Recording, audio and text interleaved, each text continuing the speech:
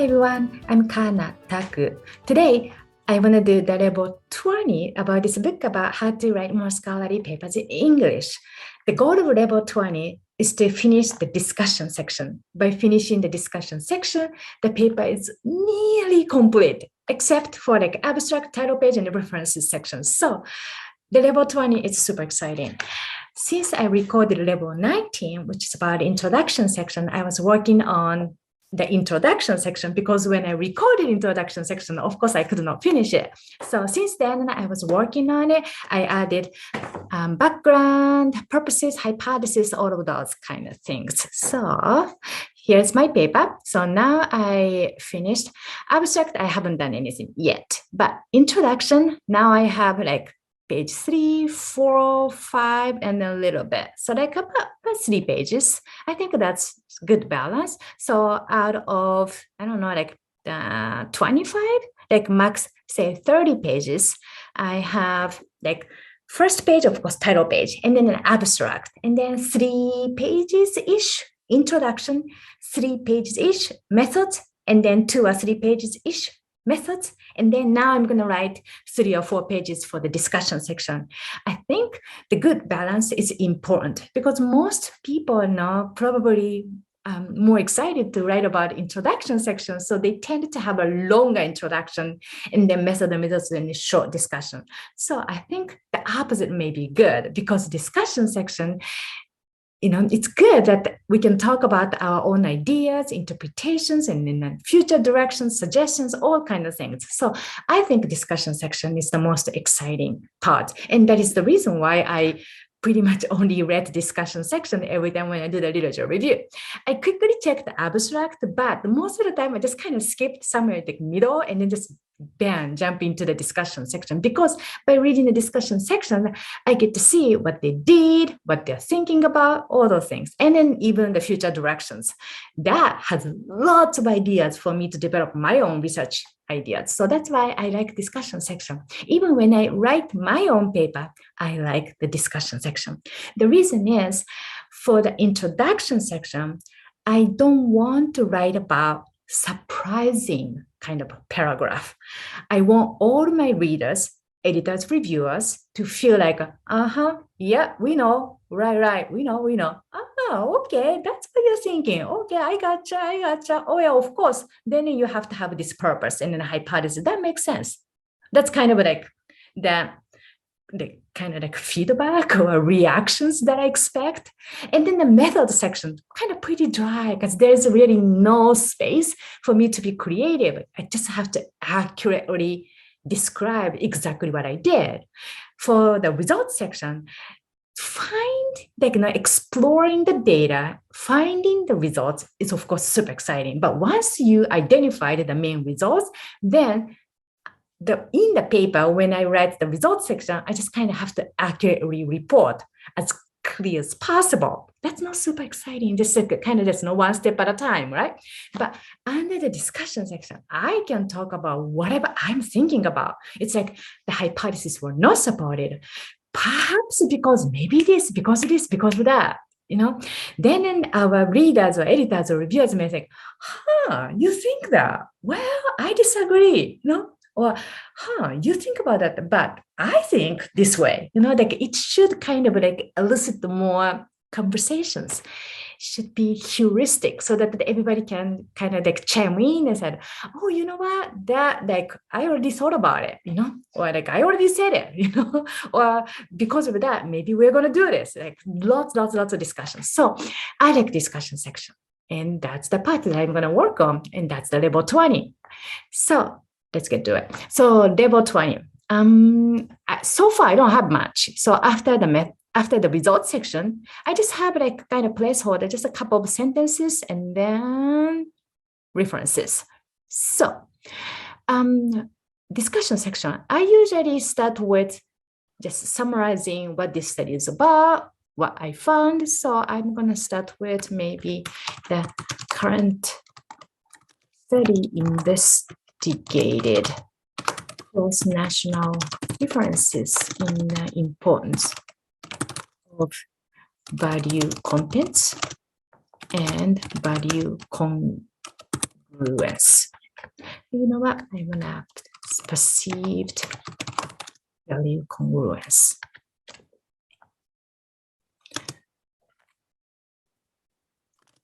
The study first investigated because there were two of them. First investigated cross-national differences in terms of value contents and perceived value congruence.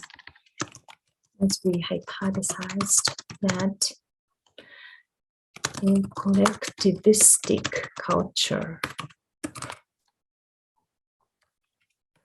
traditionally collectivist, as we hypothesized, people in Japan, a traditionally collectivistic culture,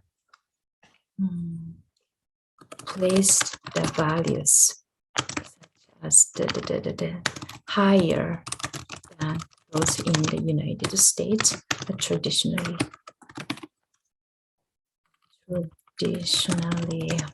individualistic culture. The reason why I wanted to add this, I don't know, it may not really sound natural, but I wanted to add this because I want to say there are some arguments or discussions that the United States may not be that individualistic. Similarly, Japan may not be that collectivistic anymore, or not so much about anymore, but depending on how those characteristics are measured. So that's why I just wanted to add that, But at least people in Japan place the values such as that higher than those in the United States. That is a traditional individualistic culture. These findings are consistent with previous findings that were found in another set of cross-cultural studies. I just wanted to add some citations here. The other thing that I'm trying to kind of be mindful is that I'm going to cite many studies possible under the discussion section, because that way our readers can kind of understand where this study is located in the whole map of research field. I don't need a lot of studies to place my study. I'm sorry about my English, but all I wanted to say is I may have only 2 or 3 studies that fully based on what this study is about. So I just wanted to say, well, this study replicates one particular study.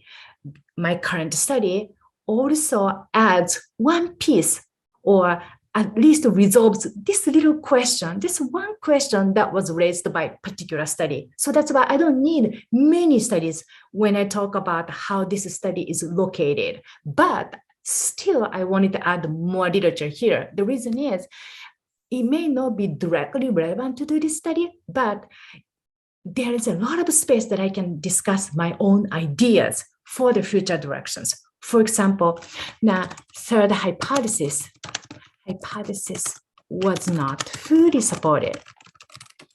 It may be because a third factor, such as was not considered in the current study. I just suggest. What I'm trying to talk about here is that there are millions of third factors that could, of course, affect the relationships between any variables. Could it be parenting? Could it be sibling? Could it be personality? Could it be attachment? Could it be relationships? Could it be an unexpected life event? There could be a lot of different things, including even errors. But that's why I want to choose a few potential third factors that may not have been really studied in the context of this topic. Still, I'm hoping that maybe that could have an impact. Then if I put in here with the citations, then somebody else may find it yeah, that one and this one, these dots could be connected. Okay, we'll do that, Then that will be more interesting. That's why I tried to kind of come up with a couple of seemingly irrelevant variables, but put it into this article just to kind of elicit more discussion. So that's just the idea, or one way that I can cite more studies under the discussion sections, even though they may not be directly relevant. Or sometimes the discussion section only talks about really conservative, kind of like obvious conclusions. For example, the positive stress coping serves as a protective factor, or it helps reduce stress. For me, it's tautology, meaning like if you use like a good potential positive coping, of course that should be effective, stress should be reduced. It's like, do we need to even study that kind of thing? The reason why I say this is because that is my master's thesis back in 1998. So that's why I try not to do it. Now, I've been in this field for like 20 years or more. So I try not to talk about like obvious things, but instead trying to talk about a little bit more and things that couldn't have been probably figured out without doing a study. So I'm not sure if that's a good idea, but I just want it to be unique, provide different perspectives, so to speak. So that's why I wanted to hear, for example, it may be because of the third factor, such as, for example, the values and the mental health, something else. So maybe such as the impact of, say, social media was not considered in the current study.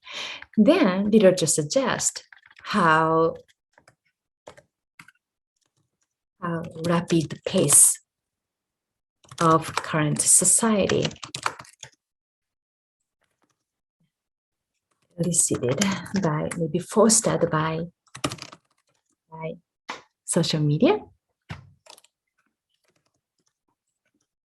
affected value changes. I can add some citations. Then that's totally different from everything I did in this paper. So editor or reviewers may not really like it. They may say, well, authors, those are really irrelevant. If they said it, then of course I will remove it. I just don't think that would be a deal breaker, whether this paper will be accepted or not. Usually that is like more the actual method section. And then of course I'm going to include the more like, like kind of like conservative or like more rigorous discussion sections to interpret whether each hypothesis is supported or not and why. Of course, I will include it. But all I'm trying to say is, if there is a little bit of space, then I wanted to challenge, by including some unique perspectives. Anyway, so I'm just going to keep working on it. So now I have the first paragraph, but I'm going to definitely talk more about how about the second hypothesis. Hypothesis was also supported. So when it supported, it was relatively easy because replicating previous studies. So that's not that bad. Be super exciting, but it's good. We need like some portions that actually strongly supported. Then that means that can elaborate these findings. To elaborate a theoretical model here by providing evidence for and then the third hypothesis was not when it is not supported, then that's the chance that I wanted to talk about, perhaps this or another possibility is then I just wanted to, like exactly, I did not know how to make the sentence. Then I am going to use Google. Google is definitely my best friend, especially for like English is not my first language. So I just wanted to say another possibility lies in a sentence. It said it already. Then I can just say another possibility lies in the possibility lies in the fact that Oh, okay. So I can actually say that, huh? So then I'm gonna say, okay, another possibility lies in the fact Okay, I will provide interpretation for each finding by stating if my hypothesis is supported or not, and by comparing the previous studies. Yeah, I want to make sure that I have definitely enough citations here, everywhere. And then I identify some future directions. In order to test this speculation. Can I say this speculation? Or I can't. That's another thing that I have no idea. Then I say in order to test this speculation. Speculative speculation. Can I say that? In order to this, no, cannot say that. In order to this, okay, so can I say these speculation? I cannot say that, huh? These lines of speculation, these ideas of speculation, these what? Yeah, these consider speculation, despite these condemnation speculation. Oh, they may say that though. So I'm just gonna read it. This includes, in these instances, lead to speculation. So I guess I can't really say these have the subject speculation. This is, yeah, see, there are really no. Oh, I use another kind of like the website using online collocation dictionary. This is really helpful for me, so that when I put like a keyword like speculation, then I will see what kind of word can be attached to these words. So like considerable speculation, intense, much, widespread, increasing. Oh, very good. Oh, what about verb? Oh, he was dropped from the team, and then speculation that he was seriously. Oh, that amid. Interesting. There was wild speculation. There has to be increase in speculation. Increase. So I can't say these speculation, but I can say further speculation, renewed, continuing, pure, mere, wild, idle. This speculation. I think people probably like who watch this YouTube video is like, oh, come on, like you should know. I have no idea. A metaphor speculation, a subjective speculation, speculation against this speculation. Can I say this speculation?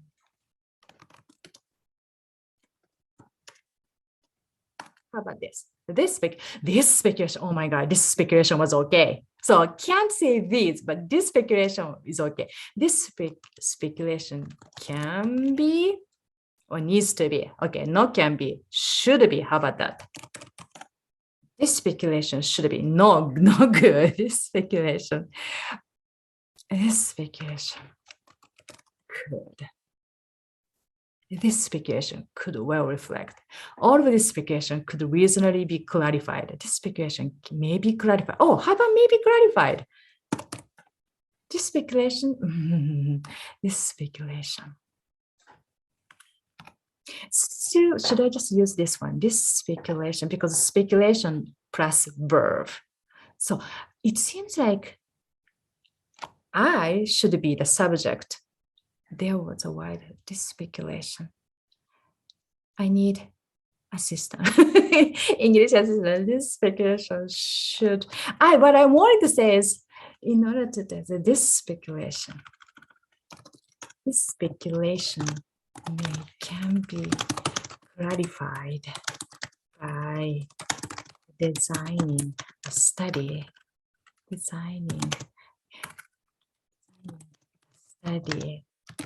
That includes. I just wanted to like kind of add my ideas, because not just talking about the different possibilities. So in order to like, resolve these possibilities, like what kind of research can we design? I wanted to talk about it. The good thing is, after this, I can always ask, my friends or like editors to check my English grammars. So here's just the idea. Try not to be perfectionist. I'm just going to move on.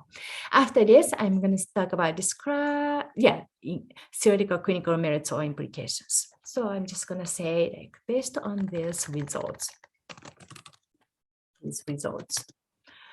one way to apply. Oh, maybe I'm just going to start with one way to apply. One way to apply the current findings is to develop a brief psychoeducational program. And then if so, I can actually make it and then assess before and then after. So that could be like already under the future directions. The psychoeducational program that focuses on the limitation of the study. I'm gonna say, I probably don't need like this kind of like title, you know, but I'm just gonna keep going here. In order to fully interpret and consider the possibility of application. Several limitations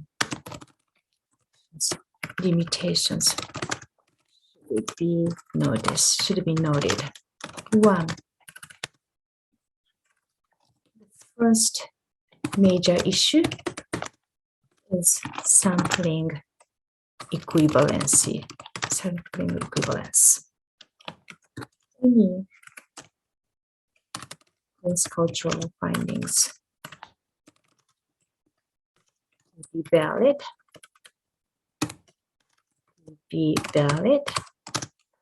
methodological equivalence